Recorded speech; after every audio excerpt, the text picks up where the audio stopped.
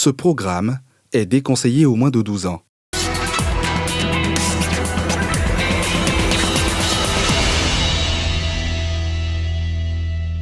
Il me dit, Gary, donne-moi l'argent, donne-moi l'argent. Bon, ma vie ou l'argent? Vers Berkoun là-bas, ils l'ont braqué. Lui-même, ils l'ont tué ce jour-là.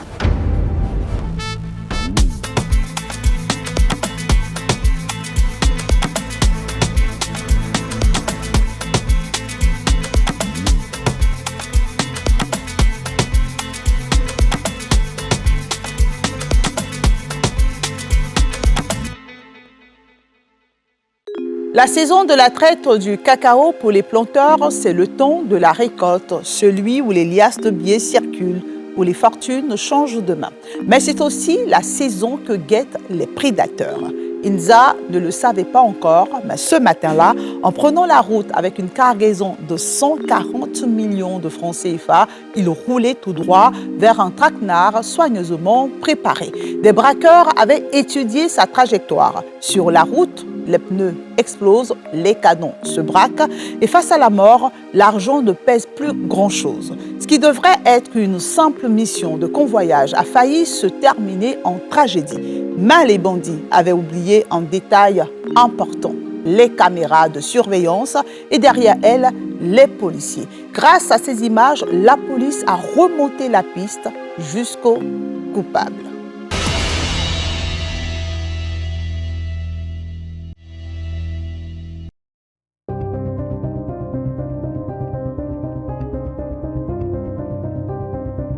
Lundi 8 décembre 2025.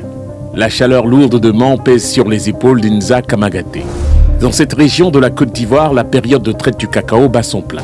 L'or brun coule à flot et avec lui, des millions de francs CFA changent de main. Mandaté par le président du conseil d'administration de sa coopérative agricole, basée dans une localité voisine, Inza a une mission cruciale, récupérer les fonds de la structure et les convoyer à bon port pour payer les travailleurs. À la banque, l'attente est interminable. À 14h, le signal tombe. Le caissier lui serre les liasses épaisses.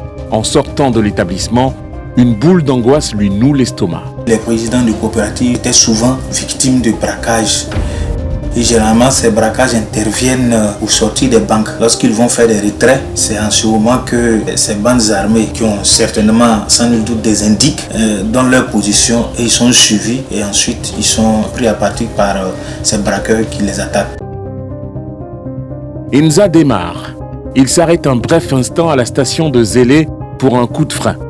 Le regard rivé sur ses rétroviseurs. Le cœur battant, il s'engage sur la route menant à la localité du PCA. Tout juste après un virage serré, ses yeux se figent sur le miroir. Deux silhouettes suspectes, juchées sur une moto, surgissent de la circulation urbaine et lui collent au train. L'angoisse se mue en une certitude glaciale. Je vois deux personnes derrière moi. Comme il y avait un véhicule qui était devant moi aussi, je ne pouvais pas rouler à vue value d'abord parce que c'était en ville d'abord. Soudain, la moto accélère et le dépasse. Dans un geste d'une rapidité effrayante, le passager arrière sort une arme à feu. Le motard pose un pied à terre. Un coup de feu assourdissant déchire l'air. Le projectile percute le véhicule, faisant exploser les pneus. Le choc est brutal. La voiture vacille, incontrôlable, sur ses jantes broyées. Il me dit, Gary, donc il a laissé l'âme sur moi. Il m'a dit, ouvre la porte, donne-moi l'argent, donne-moi l'argent. Bon, ma vie ou l'argent? Il me dit, ouvre la porte, sinon je te tue. Il fait comment? J'ouvre la porte et il s'empare de l'argent. 140 millions, c'est pas 140 000. L'argent là, c'est lourd. Donc quand il a pris le sac, je ne sais pas comment il a voulu faire. L'âme aussi a sauté un coup et puis ça a traversé encore la portée de ma voiture.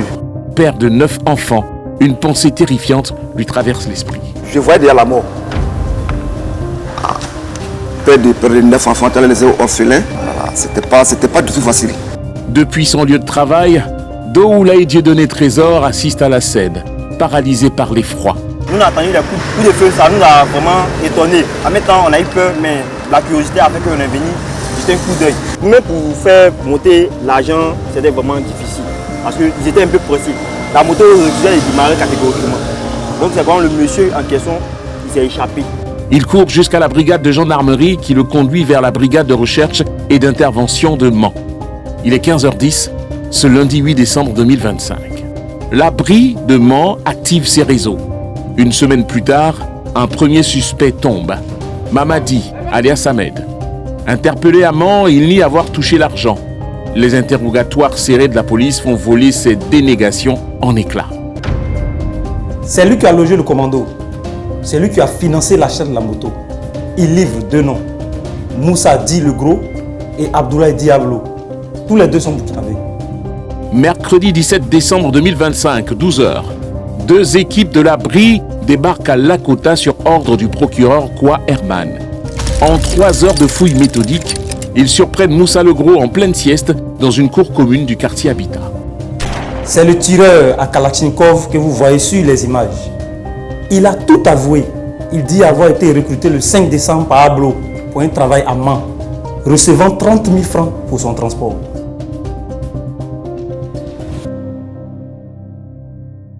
Au fil des investigations, une organisation rodée aux ramifications qui dépassent les frontières commence à se dessiner. Le cerveau logistique de l'opération, un certain Karim, surnommé Le Gros, épaulé par Ibrahim, le pilote de la moto, était installé dans un hôtel discret du quartier Zélé. Mais le vrai génie du dispositif, c'était l'infiltration. Un complice glissé parmi les clients ordinaires de l'agence bancaire faisait le guet de l'intérieur. Son rôle, repérer les retraits massifs liés à la filière café-cacao, identifier les cibles, puis donner le signal. Après le coup, le groupe a fui vers Touba pour la nuit, puis Daoukro. Karim Le Gros et Ibrahim récupèrent l'arme et repassent la frontière du Burkina Faso avec la majeure partie des fonds. Samedi 20 décembre 2025, la police criminelle d'Abidjan cueille Ablo Ayopougon. Ce récidiviste n'en était pas à son coup d'essai. Il avoue sa participation à 2 autres braquages majeurs. 50 millions à Mans en 2020 et 147 millions à Guiglo en 2019. Il y a une fois, il a entendu qu'entre Bangolo et Djokwe, il y a eu ce genre de truc-là. Aussi, il a entendu aussi que ça s'est passé aussi à Biancouma. Il y a une qui a quitté retirer son argent, il partait vers Biancouma là-bas. Ils l'ont braqué. Lui-même, ils l'ont tué ce jour-là. Grâce aux enregistrements des caméras de surveillance de la ville, le travail de la BRI a été implacable. Traduit devant le tribunal de première instance de Mans, les 3 braqueurs arrêtés ont été condamnés à 20 ans de prison ferme. Pour les habitants, la peur reste vive face à ces bandes qui profitent des voiries non ouvertes pour se cacher. C'est quelque chose que nous vivons un peu tous les jours. Et dans ces quartiers, il y a beaucoup de populations qui vivent. Donc vous verrez que c'est dans ces quartiers que ces personnes de mauvaise fréquentation-là viennent se cacher. La plupart du temps, parce que les voiries ne sont pas ouvertes. Nous vivons ici avec beaucoup de personnes étrangères. Il arrive même beaucoup de fois où la police vient ramasser des personnes dont nous ignorons la présence dans notre quartier. Il y avait une peur, on a l'habitude de voir ça à la télévision, sur les Américains là-bas. Mais voir vis-à-vis là, franchement, ça a tenu peur en moi. Il n'y a même pas dormi toute la nuit. Mais il disait peut-être que les braqueurs nous ont vus, peut-être ils peuvent nous reconnaître. Donc du coup, il y avait une peur qui m'animait. Les caméras de surveillance braquées sur la voie ont tout changé. L'enquête a basculé lorsque les enquêteurs ont visionné les bandes numériques de la ville. Sans ces yeux électroniques, le doute aurait plané sur la victime elle-même. Grâce aux caméras, vraiment, je peux dire que la lumière a été un peu faite. 15 heures, c'est passé à 15 heures, en pleine journée, et ça fait plus que 15 ans que je suis dans ce travail. Plus de 20 ans aujourd'hui, mais je veux voir. Voilà, en toi, ça ne m'a jamais arrivé, c'était la première fois. Bon, nous, ces caméras ce jour-là, on pouvait passer autrement. Le travail d'infiltration et de traque de la BRI force son admiration. Le boulot qu'ils ont fait, vraiment, ça me dépasse. Même jusqu'à quoi j'ai l'émotion. Pourtant, l'épilogue judiciaire ne dissipe pas la psychose qui s'est emparée de la région. L'ombre de l'insécurité plane sur la cité des 18 montagnes, une ville presque frontalière avec des brèches sécuritaires majeures, des frontières poreuses, des forces de l'ordre souvent submergées. On demande à l'État de Côte d'Ivoire de toujours renforcer la sécurité. Le café cacao, c'est la Côte d'Ivoire. Quand il y a des choses comme ça se passent, nous sommes troublés. Nous qui se cherchons, même pour venir au travail matin, tu as peur. Donc franchement, si la sécurité y est, je pense qu'il n'y a rien de tel. J'en appelle même à nos parents aussi ici d'être vigilants parce que tous ceux qui nous fréquentent ne sont pas forcément nos parents. Et donc, quand il y a une personne intruse, il va falloir que nous-mêmes, en tant que population, on signale. Face à la terreur, la riposte s'organise par la prévention.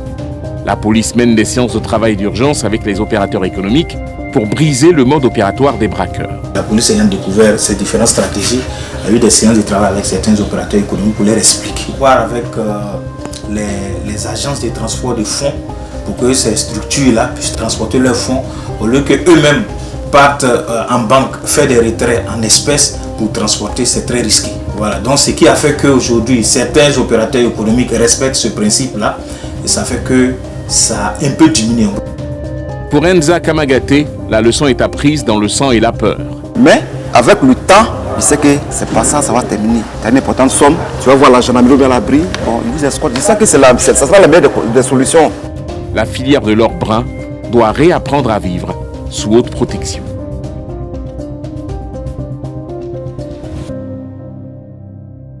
L'efficacité technologique et humaine a fini par briser ce réseau criminel d'envergure sous-régionale.